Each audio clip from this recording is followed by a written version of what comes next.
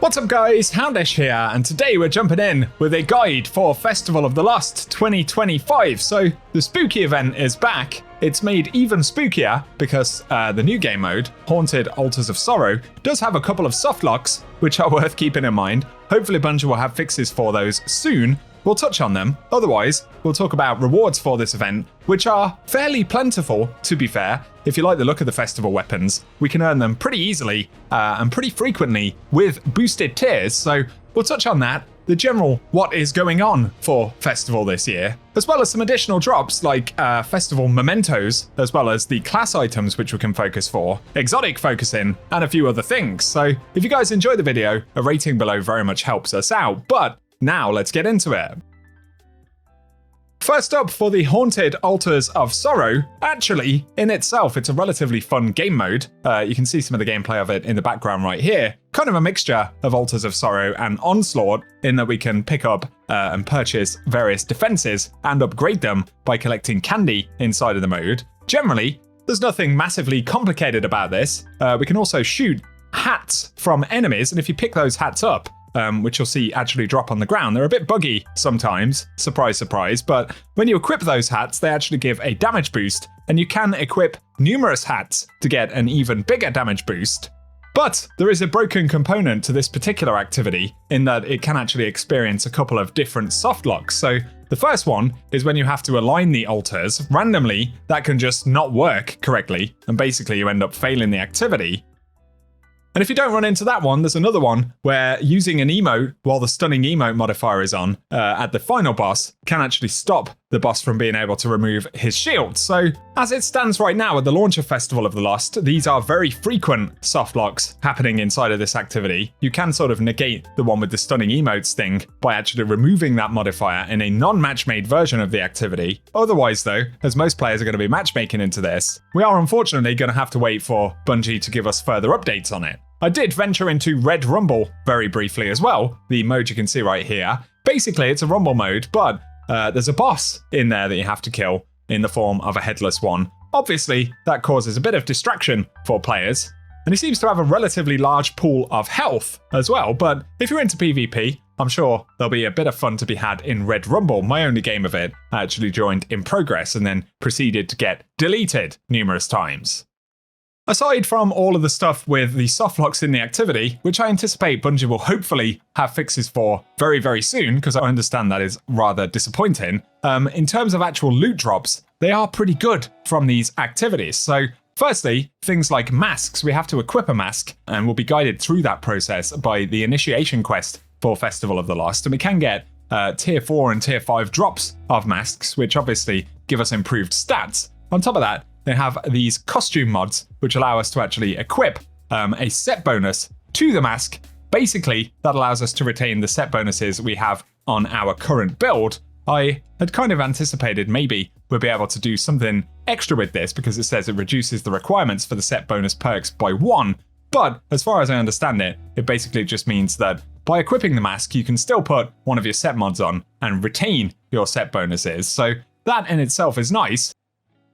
Otherwise, in terms of armor, of course, we have to go to the Eververse store to get hold of the Festival of the Lost armor for the year, which we can get for 6,000 bright dust or 1,500 silver. So obviously you can look into that component in your own time, I guess. But in terms of the weapon drops, like I said, they drop fairly plentifully. You'll get at least a couple of weapon drops per completion of the Haunted Altars of Sorrow. And Bungie had said as well that they will drop 1 tier higher than our current rank allows. So as far as I know, that means tier 5s will drop from 400 power with Guardian rank 9. Tier 4s will drop at 300 power, and I believe you need to be Guardian rank 7 in order to get that. And you'll occasionally get Prime Engram drops as well, which are those sort of rarer drops every, 15 or 20 activity completions. And they will also award tier 5 at 300 plus power. So that's worth keeping in mind if you want high tier weapons. It's definitely a very beneficial event in that regard. Obviously, feedback relating to the specific weapon roles and how interesting the weapons are this time around is kind of a separate issue, but in terms of reward drops, it's pretty beneficial. And Bungie also gave an additional update and basically said that there will be no cap for bonus Eerie Engrams from portal activities. So when we actually look at the activities for Festival of the Lost, which we have to view in the Play tab right here. I think you can see them in the traditional portal, but all of these bonus rewards basically don't have a cap, and that's allowing us to get even more rewards from the event this time around. So that's another thing worth keeping in mind. And again, there's nothing especially complex in terms of picking up rewards from this event. It is a pretty rewarding one. All of the stuff in the event home for Festival of the Lost is fairly self-explanatory. By actually playing the event, we'll earn event ranks and we'll be able to pick up any of the rewards we can see on screen. Some of them are pretty cool, like the slasher shell that we can see right here. And as we go along, there are also holofoils with fixed rolls, which drop at tier 3. And otherwise, there are additional cosmetics like the candy bone sparrow. Some pretty cool items kind of thrown into the mix, especially like the ship. And it looks a bit like this, so you can kind of deal with the event card, event home components as you like. Of course, there is the title that we can earn, and also a haunted mask section where we can pick up these kind of ornaments for the masks, as well as purchasing some of the mods that we can see right here, where, for instance, picking up a piece of candy generates a weakening pulse. Obviously, inside of the core mode for Festival, we pick up lots of pieces of candy. One area where we don't get as much candy as we perhaps have in the past. Explain to me this, Bungie. Not sure what the deal is, but the tree, as you can see right here, no longer has candy. I made a joke about that in my reset video, saying, of course, stingy Bungie would take it out of the tree. I hadn't actually realized that they had indeed done that just yet, so not sure what the deal is with that. I guess we'll wait for further updates. Here at Eva Levante, though, some additional things some players may enjoy. In terms of the eerie weapon engrams, we can purchase them for 750 bright dust. For me, they all drop at tier 5, and there's also a chance at this submersion crossbow. Obviously, the tier is tied to your power level at any given moment, but in terms of candy required for these, it basically means we can get an additional weapon drop for every completion of the Haunted Altars of Sorrow, if you can get that completion, as I think we were getting 800 to 1,000 candy per run. So on top of whatever you earn inside of the activity, you basically can get an additional weapon if you choose to spend the candy on that. Other options to spend candy include focusing for exotic armor, so this is identical to Ada 1's focusing. We can go for different archetypes on the armor pieces, and we can see it's 2,500 candy to focus for an armor piece. So if you have excess candy, that's always something you could do with it if you're after anything.